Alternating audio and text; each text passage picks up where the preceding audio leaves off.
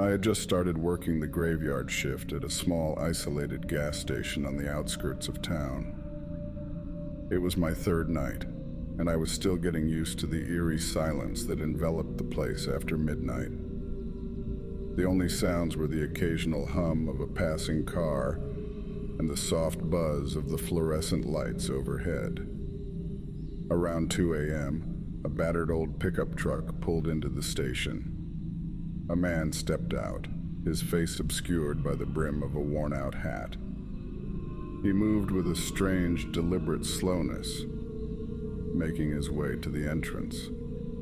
As he pushed open the door, a chill swept through the room, and I couldn't help but feel a sense of unease.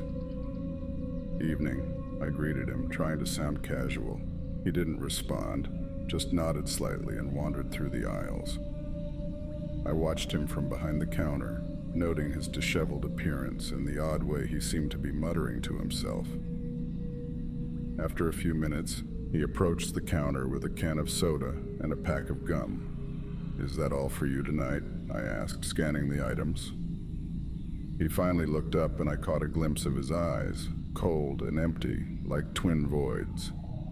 "Yeah," he replied in a raspy voice that sent shivers down my spine. As I handed him his change, our fingers brushed, and I felt an icy jolt, as if I'd touched something not quite human. He lingered for a moment, staring at me with that unsettling gaze, before turning and walking out into the night. I watched as he got into his truck and drove off, the taillights disappearing into the darkness. I tried to shake off the encounter, chalking it up to the late hour and my overactive imagination. But the night was far from over. Around 3:30 a.m., the lights flickered, and the radio behind the counter crackled to life, emitting a low, static-filled hum. I hadn't turned it on, and as far as I knew, it hadn't worked since I'd started the job. Unease settled into my gut as I reached to turn it off. Before I could touch the dial, a voice emerged from the static. A whispery, distorted voice that seemed to echo from some distant place.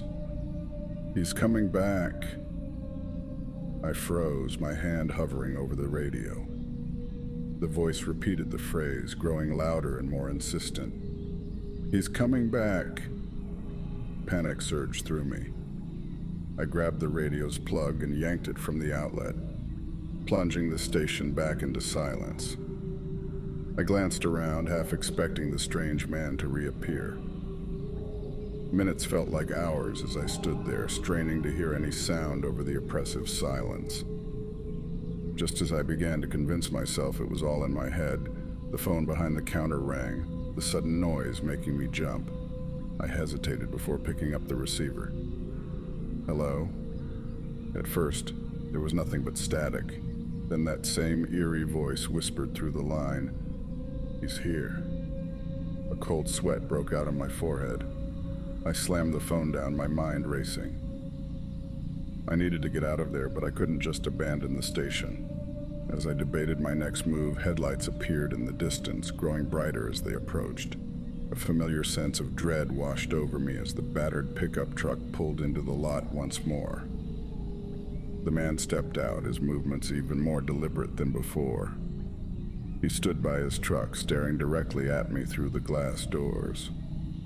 His eyes seemed to glow with an unnatural light, and a twisted smile crept across his face.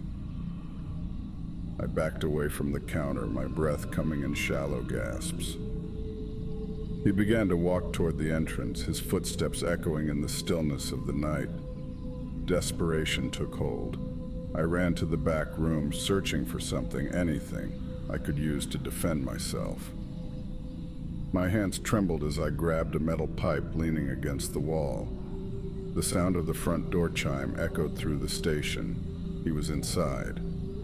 I crept back toward the main area, clutching the pipe tightly. Peering around the corner, I saw him standing by the counter, his back to me. He seemed to be examining something, but I couldn't see what. Summoning every ounce of courage, I stepped forward, raising the pipe. "Get out!" I shouted, my voice cracking. He turned slowly. that eerie smile never leaving his face. In his hand he held the radio, now emitting that same static-filled hum. "He's here," the voice from the radio whispered. I couldn't take it anymore. With a primal scream, I swung the pipe at him. But as it made contact, he vanished, disappearing into thin air. The pipe clattered to the floor, and I stood there, gasping for breath, my mind struggling to comprehend what had just happened. The radio lay on the counter, silent and still. The oppressive atmosphere that had filled the station lifted, leaving me standing alone in the dim light. I didn't finish my shift that night. I locked up the station and drove home, my hands gripping the steering wheel so tightly my knuckles turned white. The next day, I quit my job at the gas station. I couldn't shake the feeling that I had encountered something beyond understanding, something that had marked me in some way.